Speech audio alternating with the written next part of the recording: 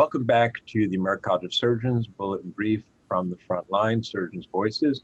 With me today is Dr. Tracy Wang, and Dr. Wang is the president of the Society of Asian Academic Surgeons, as well as being a professor of surgery and head of a section of endocrine surgery at Medical College of Wisconsin. Welcome, Dr. Wang. Thank you for having me. Thanks for taking the time to be with us today. I want to talk to you a little bit about the Society of Asian Academic Surgeons. Perhaps you could start out telling us a little bit about the history, the size, composition of membership. Sure, I'd be happy to. So the Society of Asian Academic Surgeons, which we call SAAS, was founded 10 years ago in 2011 by a group of 9 fellows of the American College of Surgeons at the American College of Surgeons meeting actually in 2011. And they were inspired by a session earlier that year at the Academic Surgical Congress that Don Nakayama talked about the relative lack of Asian surgeons as leaders across the American College of Surgeons, American Board of Surgery, surgical societies, despite the fact that Asians were not underrepresented in medicine and surgery as medical students, residents, fellows, or even as faculty in academic surgery.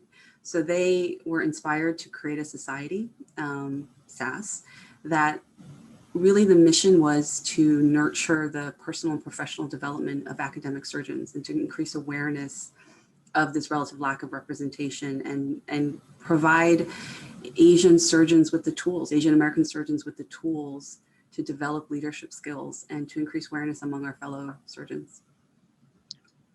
So firstly, what are some of the programs that have been developed to achieve those goals? They're important goals, and it's interesting what you say, that there's there's not significant underrepresentation in the overall corpus, but there is in the leadership ranks. So what are some of those programs that have been developed? So for the first few years, they undertook, and George Yang led this effort, they undertook some fundraising, and in conjunction with the Association of Academic Surgery and Society of University Surgeons, did a capital campaign to raise funds to support faculty members attending the grant writing workshop and for residents to be attending the Academic Surgical Congress and giving them awards for their research. With the evolution and kind of growth of our membership, so currently we are over 750 members, and about half of that is faculty and the rest are residents and fellows. But with the growth of our membership, we realized we wanted to have a bigger platform and had the ability to do so. So in 2016, we held our first annual meeting, and Mary Hahn, who is chair of the Stanford, hosted that meeting. And it was both intended to be a place to discuss scientific ideas, as well as really have a professional development platform and workshop. So each of our annual meetings has been very intentionally focused on having some sort of professional development session for the attendees. And we've also incorporated breakout sessions so that residents and fellows and early career faculty all have the opportunity to mix and network and get advice from leaders in academic surgery. Excellent. So you mentioned your host, Mary Hahn, was the host the first time, which brings to mind that you may have some advocates and allies who are not necessarily Asian, but want to help the cause. How much of your meeting or your society are people who would not define themselves as Asian, but definitely want to help the cause? Yeah, a lot, actually. So I think we have always welcomed, just as other societies like Society of Black Academic Surgeons, Association of Women Surgeons, Latino Surgical Society, really welcome allies to be members, because I think it's really important that we all work together to promote each other in leadership roles and in academic surgery.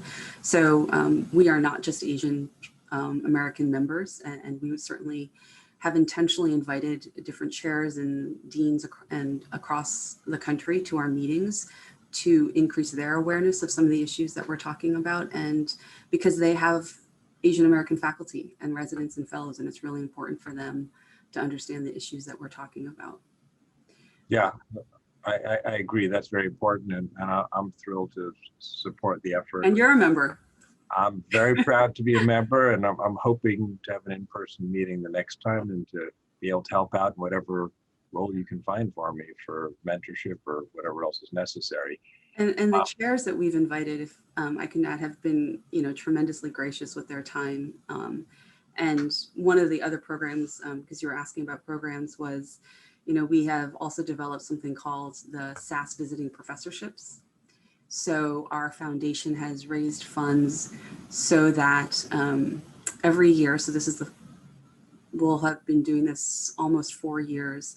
There is 6 visiting professorships aimed specifically at faculty within their first 10 years of their first appointment.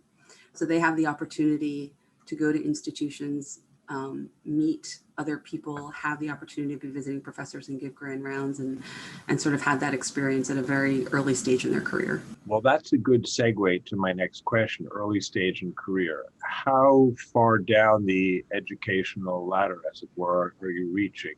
Pre-med, in terms of college, high school students? I mean, there are a lot of programs out there to get people fired up about academic careers in surgery or even careers in surgery.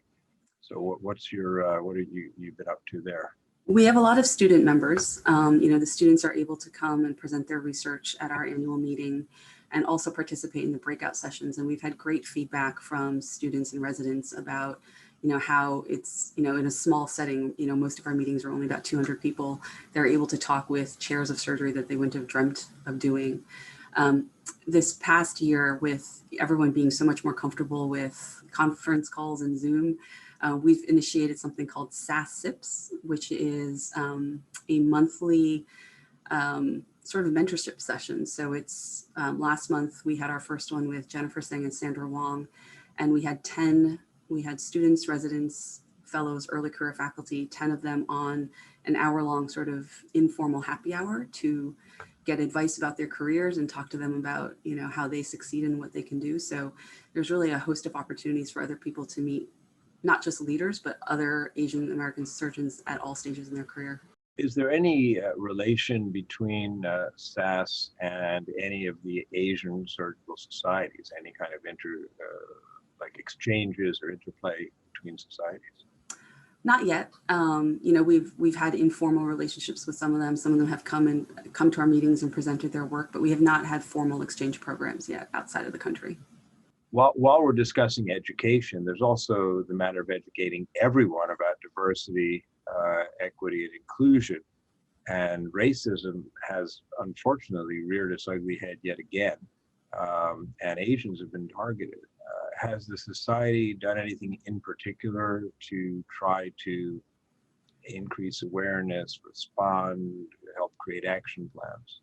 Thank you for that question. I think we as a society, recently have talked about what it means to us as Asian Americans to have this increase in racism and how it's not new, but it's certainly heightened recently in the time of COVID. And one of the residents in our society wrote a piece on this that was published in the Journal of Surgical Research last year, and talking about how, the microaggressions and implicit bias, even if it's not outright violence, makes you feel like an other. And that's certainly uncomfortable. So I think our role as a society is to support each other. And not only that, but we've been in a discussion with the other surgical societies, such as SAAS, Latino Surgical Society, AWS, because I think it's Association of Out Surgeons and Allies, because I think we all feel like it's really important to work together to fight racism, right? It's not something that just affects any one of us, and it affects all of us. And if we don't work together, then we won't make progress in identifying the issues and working to address structural racism. Excellent, thank you. So your society is growing quickly, judging by the ranks and the fact that you've only been around 10 years, and you're obviously mentoring younger people, so it's going to continue to grow. Where do you see the society in 10 years? If you could get your wish list fulfilled, what would you like the society to accomplish in the next decade? I think that, in the past decade that we've existed, the growth of society has reflected a reflection of increasing awareness of the issues of Asian Americans, of acknowledging the model minority myth and how it affects perceptions of people as leaders.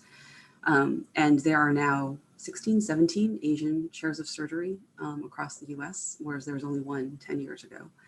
So, as we have increased representation at the American College of Surgeons, both on the Board of Governors and in elected officers, I think discussions about equity and just a continued presence in not being dismissed because of perceptions and stereotypes need to continue to be addressed. And I think in 10 years, if we've made headway with that, then I think we'll be in great shape. And if we provide our early career faculty, our mid-career faculty, and our students and residents with the confidence to know that there's a society that supports them in whatever career goals they have, and gave them the resources and the tools to become professionals and leaders in whatever they want to do, then I think that we've succeeded.